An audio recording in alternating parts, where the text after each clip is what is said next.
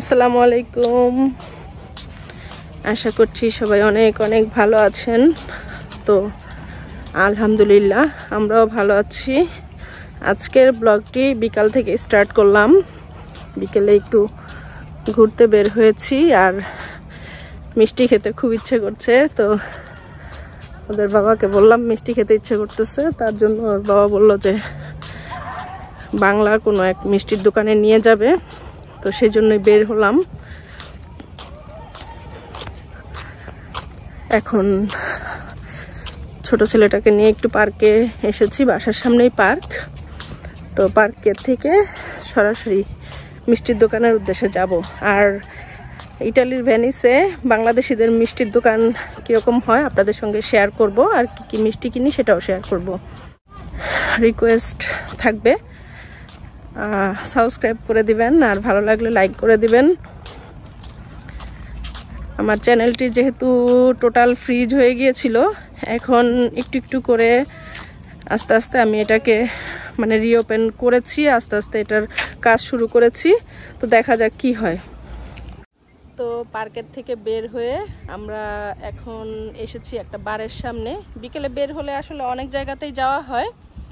তো বিকেলে বের হয়েছি যেহেতু বাসায় চা খাওয়া হয়নি, যার কারণে আমরা এখন একটা বারে যাচ্ছি, কাফে খাবো। কাফে খেয়ে তারপরে মিষ্টির দোকানে যাব।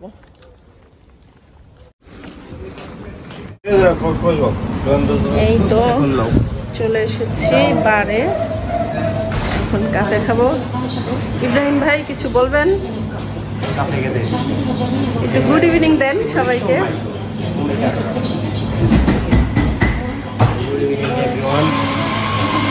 কেমন আছেন সবাই? আশা করি সবাই ভালো আছেন। অর্ডার দেওয়া হয়ে গেছে?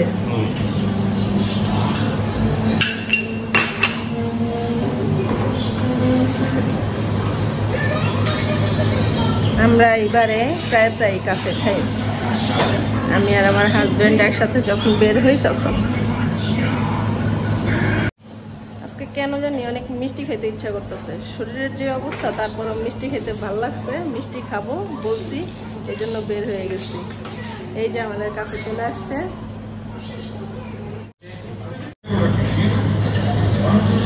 হ্যালো,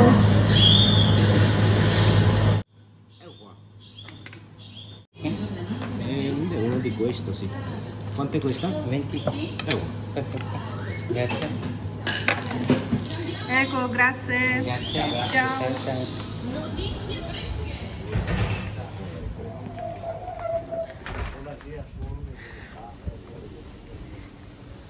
এখন উনি এখানে বসে কিছুক্ষণ বিকালের রেস্ট করবে।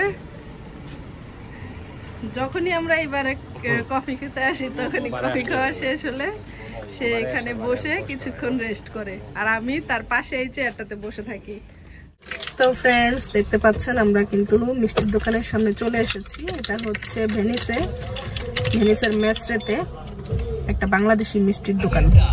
তো গিয়ে দেখি এখানে কি কি মিষ্টি পাওয়া যায়, আর আমরা কি কি মিষ্টি নিতে পারি। Let's go.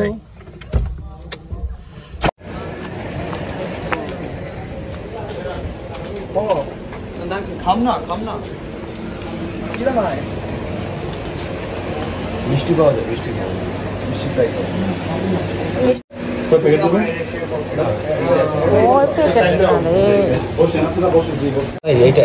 মালাই চপ কোনটা নেবে? এটা নাও। আচ্ছা, এটা দেন, মালাই চপটা দেন।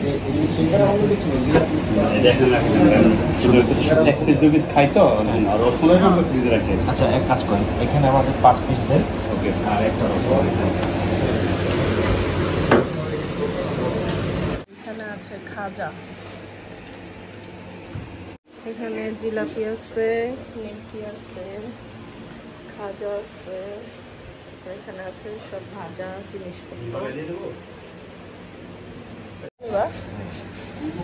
রসগোল্লা কি এই ঘরে আছে নাকি সন্ধ্যা রাত হয়ে গেছে এই জন্য শেষের দিকে?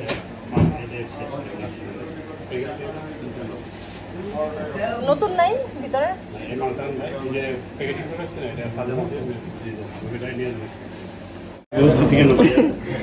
বললাম মরা হইলে দিয়েন না, তাজা হইলে দিয়েন।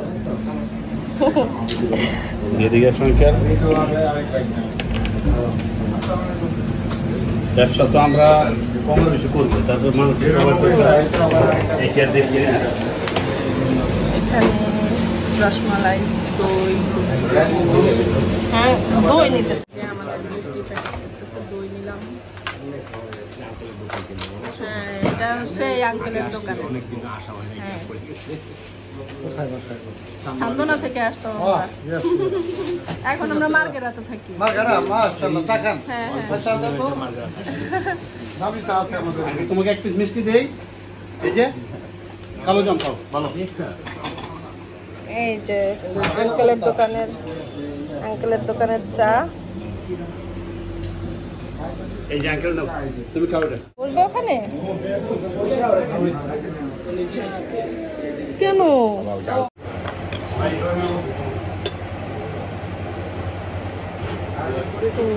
চাটা বেশি খাবে না, মিষ্টি খাবে না?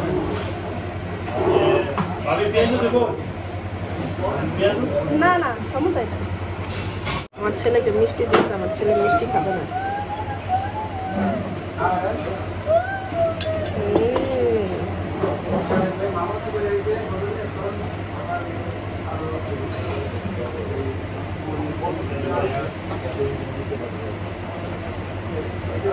ভাইয়া একটু পানি দিয়ে।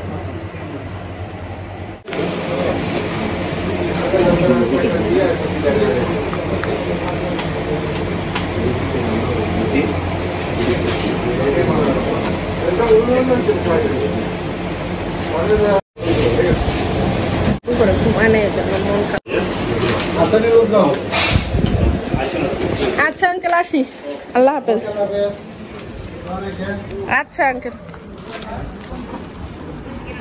ওকে, আমরা মিষ্টি নিয়ে এই তো বেরিয়ে এলাম।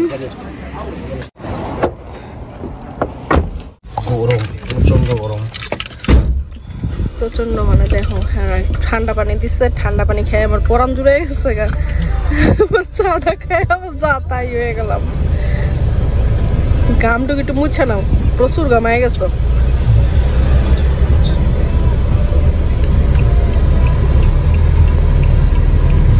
তো এখন আমরা বাসার উদ্দেশ্যে যাচ্ছি।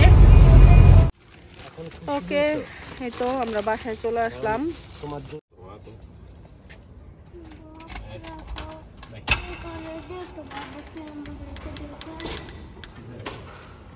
চলো চলো।